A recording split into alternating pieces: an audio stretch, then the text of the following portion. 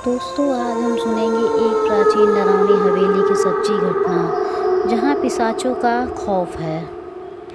राहुल और उसकी दोस्त माया एक पुराने गांव में घूमने गए थे, जहां उन्होंने एक पुरानी हवेली के बारे में सुना जिसे डरावनी हवेली कहा जाता था।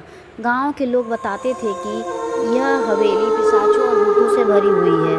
उस हवेली में कई सालों से कोई नहीं गया था, क्योंकि जो भी अंदर गया वापस नहीं लौटा। राहुल और माया बहुत साहसी थे और उन्होंने उस हवेली को देखने का फैसला किया। शाम का समय था जब वे हवेली के पास पहुँचे। हवेली बहुत बड़ी और डरावनी लग रही थी। हवेली के चारों ओर उगे पेड़ और जंगली बेलें और भी डरावनी लग रही थी। राहुल ने माया से कहा, चलो अंदर चलते हैं, देखते हैं क्या सच है पिशाच है या नहीं। वे दोनों धीरे धीरे हवेली के अंदर गए। अंदर का वातावरण बहुत ठंडा और भयानक था। हर कदम पर उनके दिल की धड़कन तेज हो रही थी।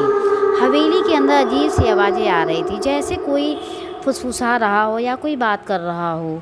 तभी अचानक एक दरवाज़ा जोर से बंद हो गया। माया डर के मारे चीख पड़ी।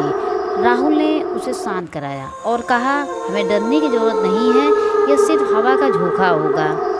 वे दोनों आगे बढ़े और एक बड़े हॉल में पहुँचे। हॉल के बीचों बीच एक पुरानी पेंटिंग लगी हुई थी, जिसमें एक अजीब चेहरा बना हुआ था। अचानक वह पेंटिंग हिलने लगी और उसमें से एक डरावना चेहरा बाहर आने लगा। राहुल और माया तेजी से भागे, लेकिन हर दिशा में अजीब आवाज़ें और डरावने चेहरे दिखाई देने लगे। ऐसा लग रहा था जैसे पूरी हवेली जीवित हो उठी हो। पिशाचों ने चारों ओर से घेर लिया और वे दोनों चीखते हुए बाहर की ओर दौड़े।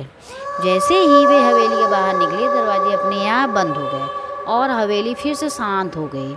गांव के लोगों ने जब उनकी चीखें सुनी तो वे दौड़कर आए और उन्हें सुरक्षित जगह पर ले गए। राहुल और माया ने फिर कभी डरावनी हवेली के पास जाने की हिम्मत नहीं की। वे समझ गए कि कुछ रहस्यों को रहस्य ही रहने देना चाहिए।